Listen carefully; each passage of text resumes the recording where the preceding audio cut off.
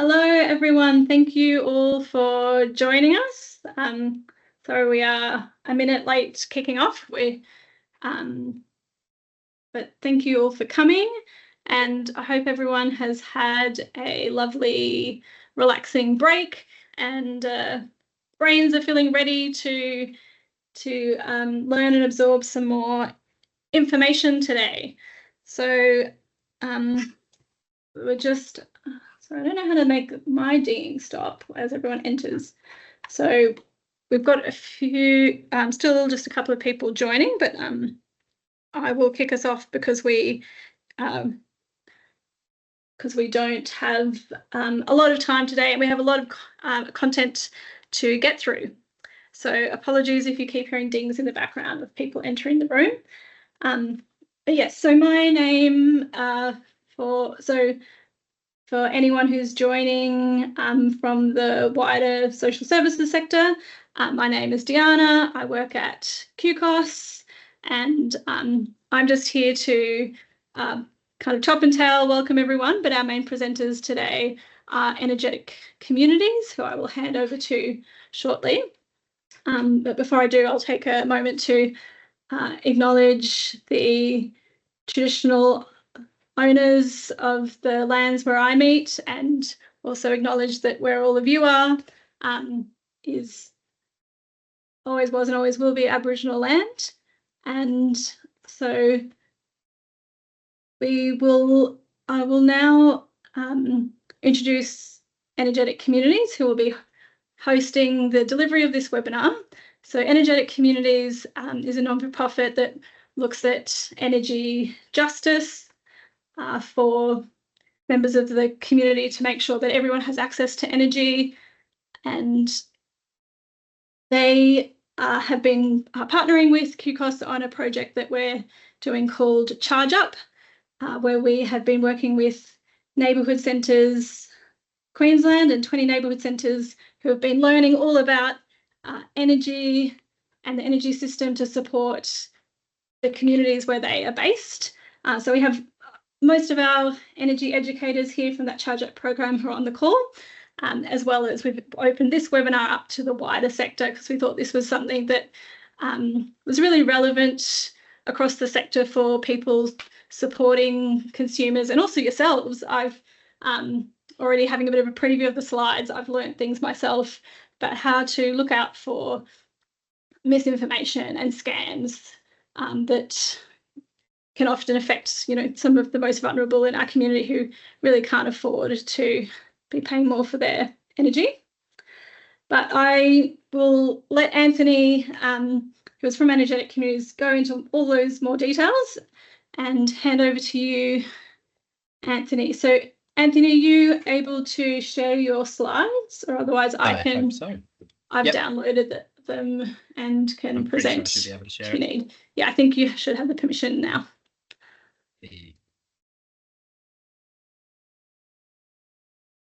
Excellent. Is that showing up for you?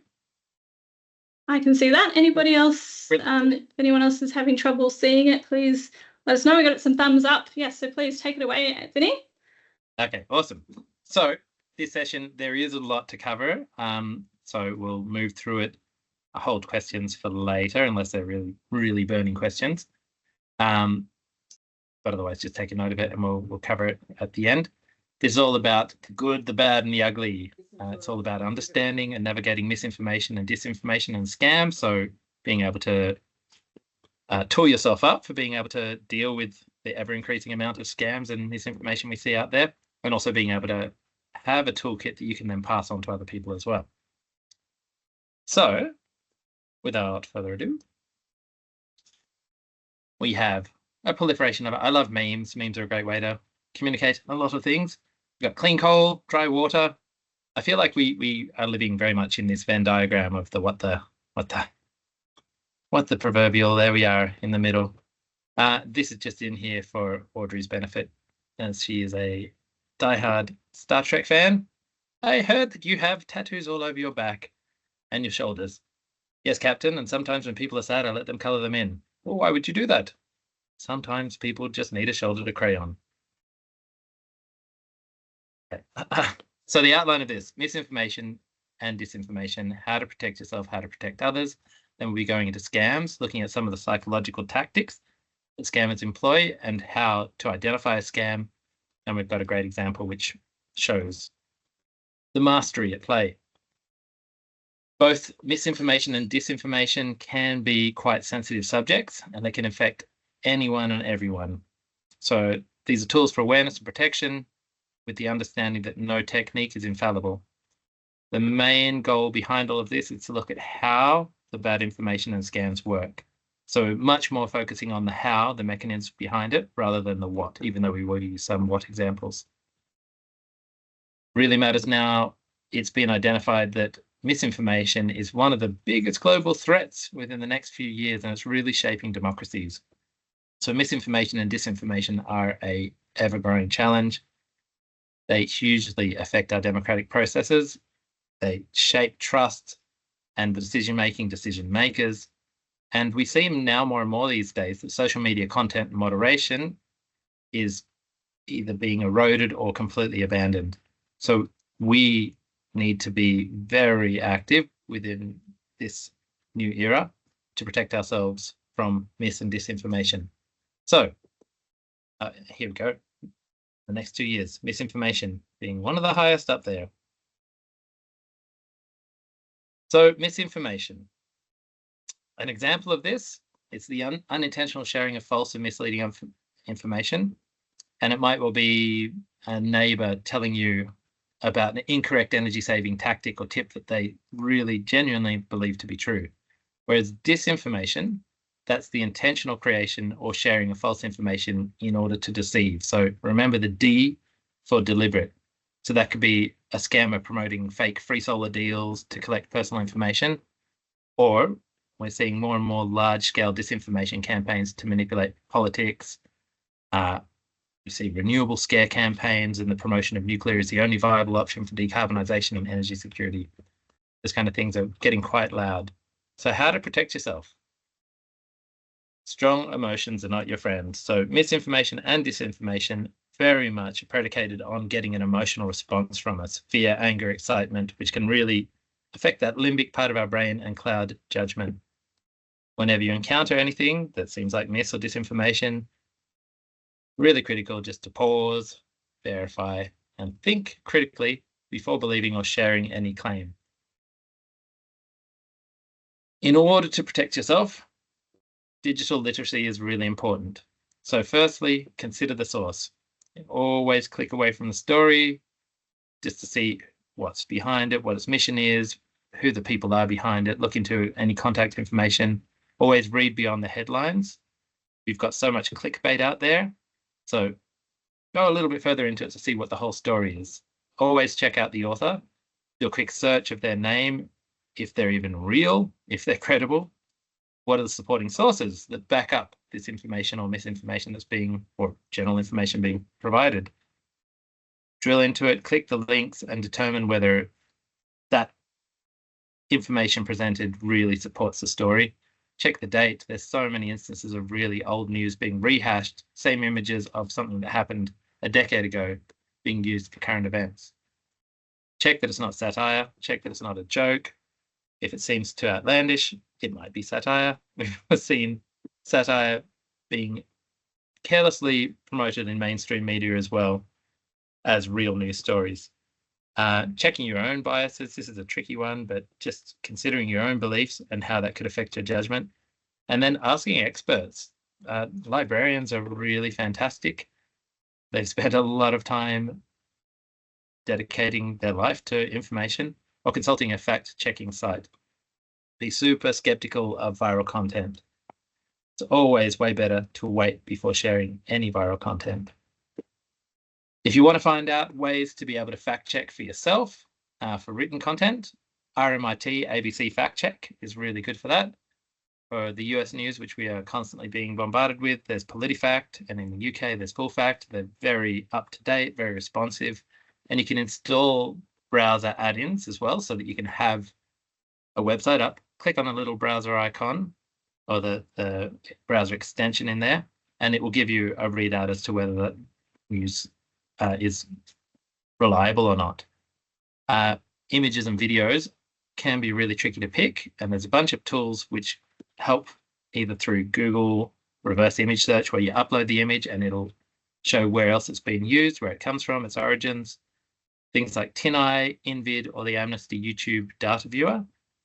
These can also be in browser extensions that you can get in there. But being able to discern in between what's real and what's not these days is getting even harder. We have AI-generated, very sophisticated slop, which is just flooding the internet.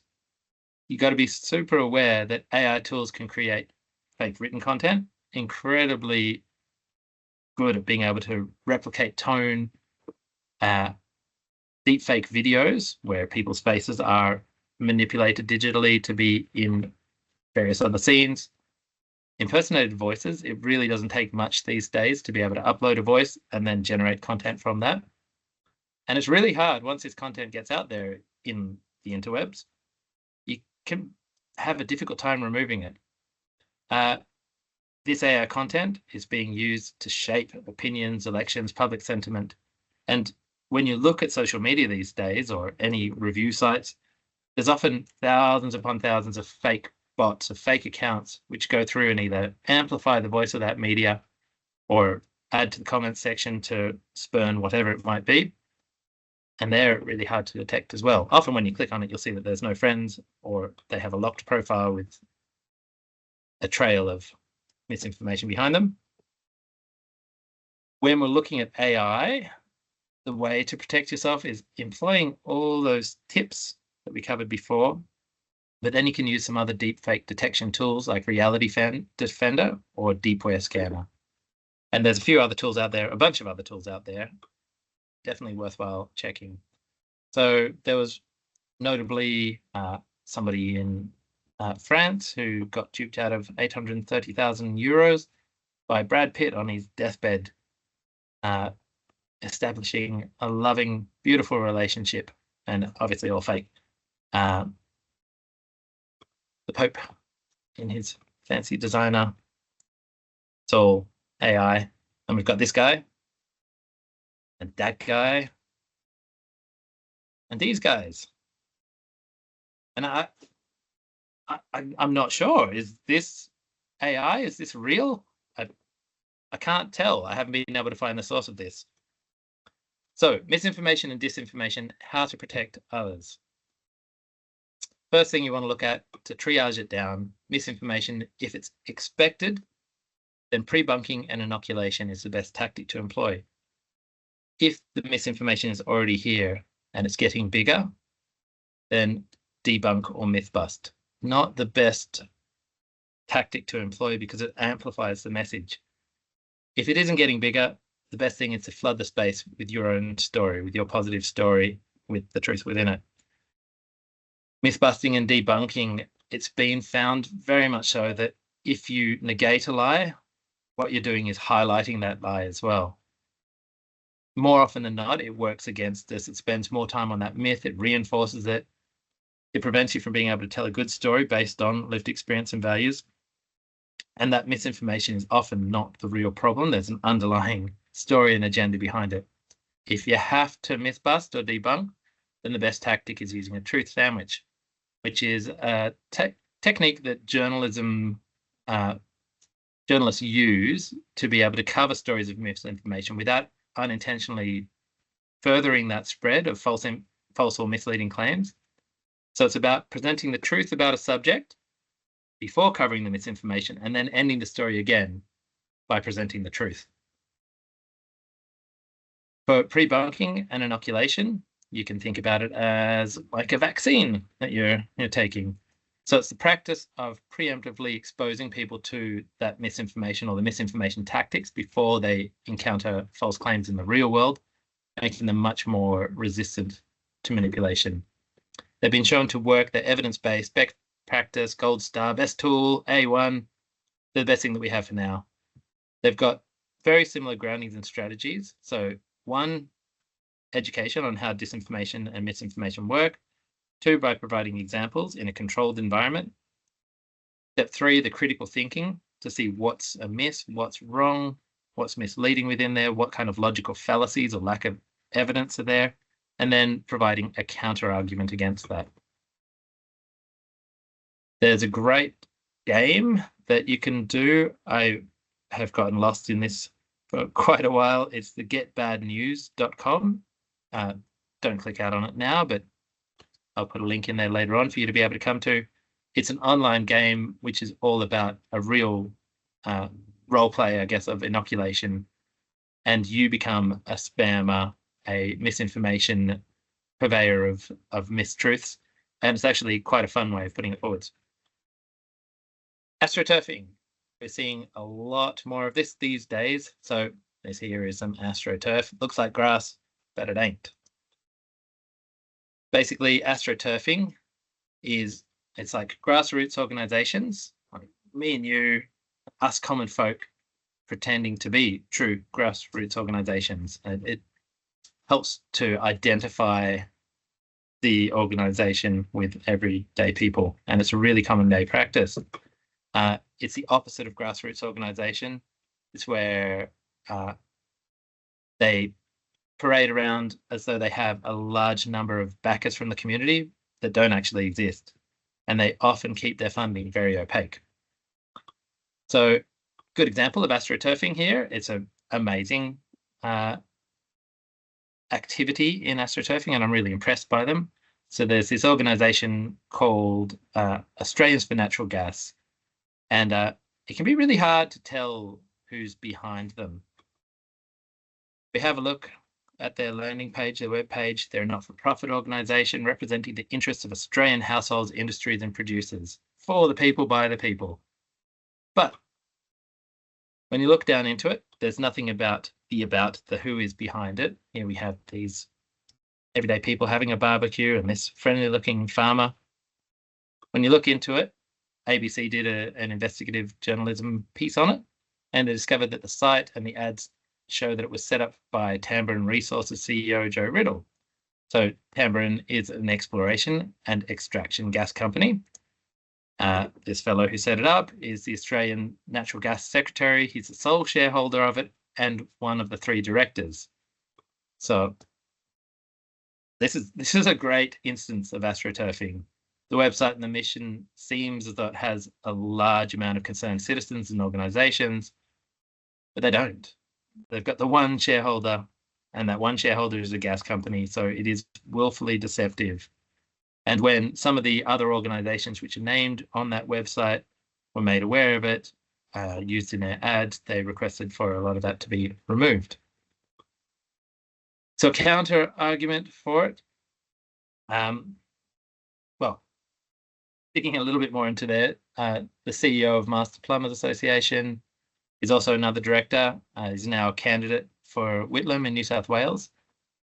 And because I guess this is parading as a political advertising, but it really is quite political advertising. So they've now been forced to add an authorization to the remaining website, or ad that it is, which is a requirement under the Australian Electoral Act. And thankfully, it's up there now. So if we did have to myth bust this, the site used a lot of stats without any sort of sources or wrongly cited sources. Pretty much all of them have been proven to be inaccurate. So if we were to do a truth sandwich with this, the truth is affordable energy is very important to us all. So is our health. Renewables and batteries are now the cheapest form of electricity. Households with solar have received significant bill reductions. Then a spin on what the myths are. I guess the gas industry does not want us to have less consumers. However, burning gas, again, the truth is the most expensive way of producing electricity, mostly because gas is really expensive. There's a massive export market where all the money flows and all of our gas supplies go. So Australian wallets and well-beings are improved by electrifying water, heating, and cooking.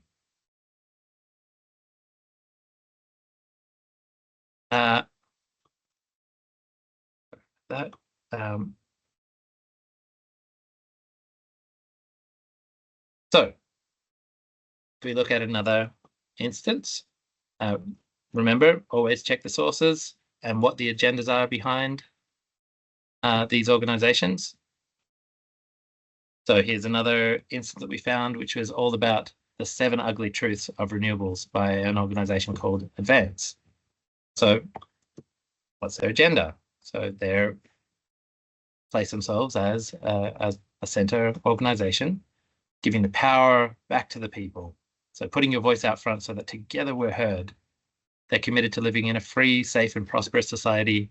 And that means restoring the balance by removing the far less control. So our nation's centered once more on founding freedoms of mainstream values. So it's time for Australia to advance again. So a report by In the Conversation showed that it was not actually sitting in the center. They're broadly funded and driven by the fossil fuel industry and ideologically opposed to renewables, which is zero surprise at all. Anyway, this is a great instance for being able to prepare for inoculation. So if we look into it, oh, here we go. Who's that guy again? That's the farmer from Australians for Natural Gas. It's interesting just that there's a lot of the same sort of content, copy, wording, everything that's used across these various organizations. And if you look into it, yeah, the wealthy backers, the opaque funding, is not actually a grassroots organization. Anyway, good to be aware of it. Good to have a look at it with your critical thinking hat on, that this is astroturfing and misinformation at its finest. Let's move on to scams. So some of the biggest risks with scams in 2024, 675,300 Australians were caught in a scam. That's a huge amount of the population, 3% of all over 15-year-olds in Australia. A scam is a fraudulent invitation, a request, a notification, or an offer, something put forward to you to grab onto and be highly desired. It's designed to obtain personal information or money, or otherwise obtain a financial benefit by deceptive means. Some of the psychological tactics that scammers use. So you've got urgency and fear, trust and authority bias, emotional manipulation, financial insecurity and hope, cognitive overload, scarcity and social proof, the bandwagon effect, and personal values. By creating a sense of urgency and fear, which is one of the most common tactics, is telling a person they must act immediately to secure a discount or avoid a penalty. Using phrases like limited time offer or final notice or you must act now, this approach triggers that flight or fight response in the brain, which can impair logical decision-making processes.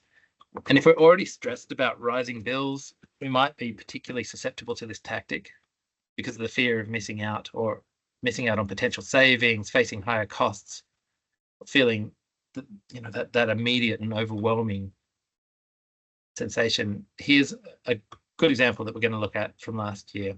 So it was received in the mail, and it's particularly, I guess, relevant now because this is all about solar and batteries. And with the election promises coming up for home battery subsidies, it's good to be able to have awareness of some of the things that you might be seeing. So this one here, there was an extremely limited time. It was received the 2nd of September. The offer was only valid until the 23rd of September. And they kept on reiterating in there that electricity prices are about to rise, really working on that sense of urgency. So one of the things that is often done is exploiting the trust and authority bias. So pretending to be from a trusted institution like a government agency or a well-known energy provider or a reputable company. So using official sounding language, professional logos, even fake phone numbers to appear legitimate. And that tactic employs what psychologists call the authority bias, where people tend to comply more readily with figures of authority or familiar institutions. And for a lot of people, the presence of an official figure can really disarm that natural skepticism, leading more people to share personal details or sign onto questionable deals. So we've got things like the fake rebates and government grants. Just remember that a legitimate program won't require any upfront payments or request any sort of personal details over the phone. So the legitimacy of them, that the addressee, and I know it's hard to see in there, but that's from the Powercore connected homeowner, which made me think that initially was a letter from City Power or Powercore, or maybe that they're installers. But looking into it, they're not an installer. They're rather a marketing company that then contracts local installers. And the reviews from Solar Choice, which is a really great source of information, great trusted place by a fellow from CSIRO, all those reviews, or the majority of them, are mostly bad, and for very good reasons. Building rapport and emotional manipulation. So here we have that reach out to, they really understand us, they get us. The winter power bills are about to arrive. We get that your winter bills are high. You can trust us. We understand the challenges that you're facing. We've got the lowest prices guaranteed. You can't go wrong. We really have you. These psychological tactics of leveraging financial insecurity and hope. And unfortunately, these scammers often target low-income households by offering false promises of immediate savings, and that optimism bias. They exploit the optimism bias where people believe in a positive outcome to avoid financial struggles, which so many of us are in right now. There's also another really nasty one out there, which is the exploitation of hope through a savior. There's a lot of third-party bill negotiating entities out there. For a fee, they'll negotiate your bills. Probably really not a good idea to do that, to pay a company. It's better to have direct engagement with energy providers. They have teams that have to address your concerns. But again, they exploit cognitive overload. So scammers know that complex or confusing information can really overwhelm people, leading them to make quick, less thought out decisions just to get through a situation or to get somebody off the line. And this is called that cognitive overload. Too much information, too many choices. It makes it really difficult to think critically. They often use complex jargon, lengthy contracts, or just a flood of information, much like what I'm doing, but a flood of information to pressure people into making a decision without fully understanding the consequences. And I hope this is not too much information. You'll be able to go back and have a look at the slides later on and go through it. Looking at electricity plans, they often require several hours of work and a higher level of energy literacy to understand them, let alone compare one energy bill to another. And it's by design. It gets us into that cognitive overload.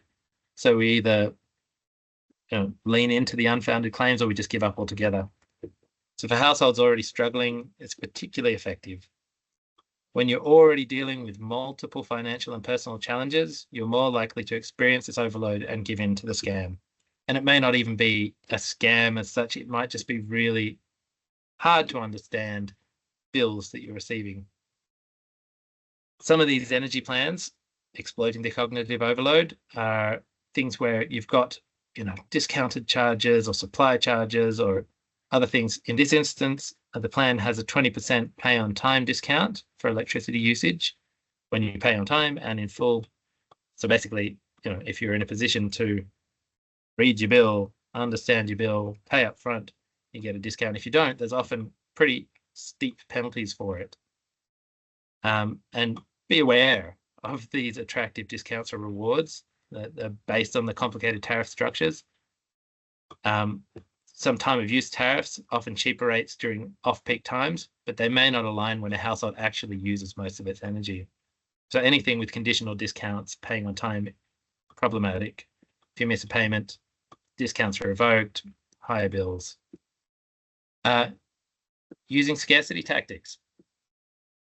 So by suggesting that there's limited spots available for a rebate or that the offer is going to expire, scammers create a sense of scarcity that compels people to act quickly. So FOMO, that fear of missing out on a rare opportunity, can often push people to make hasty decisions. And it's particularly effective in households that feel that they have fewer opportunities or resources and really keen not to miss out on a chance that appears beneficial. So within this thing that we received in the mail, the offer was only available on your property until the 23rd of September. Social proof and bandwagon effect. seeing and hearing others in similar situations are benefiting can make you more likely to trust the offer. We're social creatures. Using fake testimonials or endorsements, many people in your area are already saving money with this plan. That invokes that social proof. It's just playing on our human tendency to follow the actions of others, assuming if other people are doing it, it must be the right choice. So if we have a look at their website, they claim that they've had over 26,000 installs and hundreds of 5-star reviews. They didn't. Scammers often tailor their pitches to align with personal values or emotional triggers. So if you prioritize savings and sustainability, you could be more likely to fall for such tailored pitches. For instance, they might frame an energy efficient product as a way to help the environment or to save money for your child's education. And the emotional appeal can also cloud judgment, making the offer seem more genuine and aligned with your personal values. And then this one here, it's the ultimate security bundle, the energy security bundle. You can become energy independent and take charge. And who wouldn't value all of that? But actually, I'll go into that in a little bit. It all sounds really good. If you recognize these guys, Milli Vanilli, they won a Grammy, and they were the first and only people to ever have their Grammys revoked for lip syncing. It all sounds really good, but it's all fake. This thing is actually a useless product. So whilst it's promising all the energy security, is it good for anything? In this whole thing, it doesn't mention the capacity of the battery. So I'm not sure if anybody knows what a good size for a home battery would be. Any comments in the chat? Or let's see. Well, a good size for a battery would be, around 10 kilowatt hours.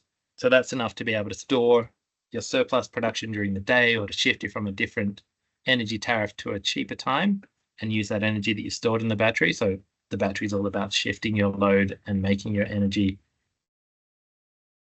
I guess, cheaper in the sense that you can go to a time, use energy when it is cheaper at a time when you'd be billed at a higher price.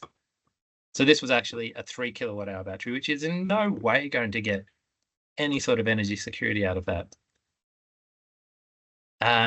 Yeah, not really good for anything. So what can you do? Firstly, identify the red flags. So here are some warning signs that might indicate a scam. If there is pressure to make a quick decision, just remember, genuine offers always allow time to think. If there's requests for upfront payments or personal information, remember that legitimate programs don't ask for this over the phone or via email.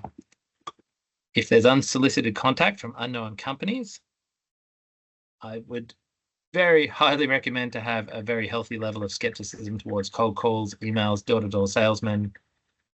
You don't have any obligation to answer any of these cold calls or people knocking on your door. And if there's confusing or complicated contracts, never sign anything that you don't fully understand. So always verify the offers. Always check with other sources. In Queensland, there's a government website, or contacting the energy provider directly. Always read the fine print.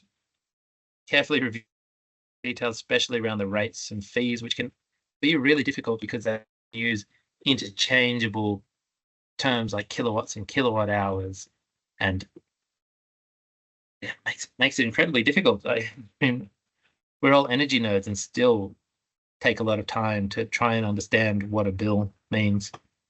Avoid sharing personal information. Don't ever give out bank details or other personal information to unsolicited callers. And you can use do not knock or call register. So it's kind of effective. It used to be more so, but you can register to have your number taken away from a lot of these on-sold calling companies. What do you do if you encounter a scam? First thing, just stop. Don't engage. Stop engagement. Hang up, leave. Don't respond. You don't need to. You're not obliged to. It's not impolite if people are coming in and forcing themselves to try and scam you, to just leave that conversation. Then report to the authorities. So we have the Office of Fair Trading, We've got the Queensland Police Service, Scamwatch, the Australian Cyber Security Centre, Energy and Water Ombudsman, the EWOC, or the ACCC, the Australian Competition and Consumer Commission. Really good resource to look at or to go to is Scamwatch. They've got great resources which are in plain, simple English. You translate it into a bunch of different languages and have accessibility tools. So, in conclusion, always important to stay cautious. Verify the trustworthiness of any information that comes across. And I know that we're in a time-poor world, but as much as you can, just question and be open to reassessing the information that's presented to you and reassessing your own personal biases as well. Thank you.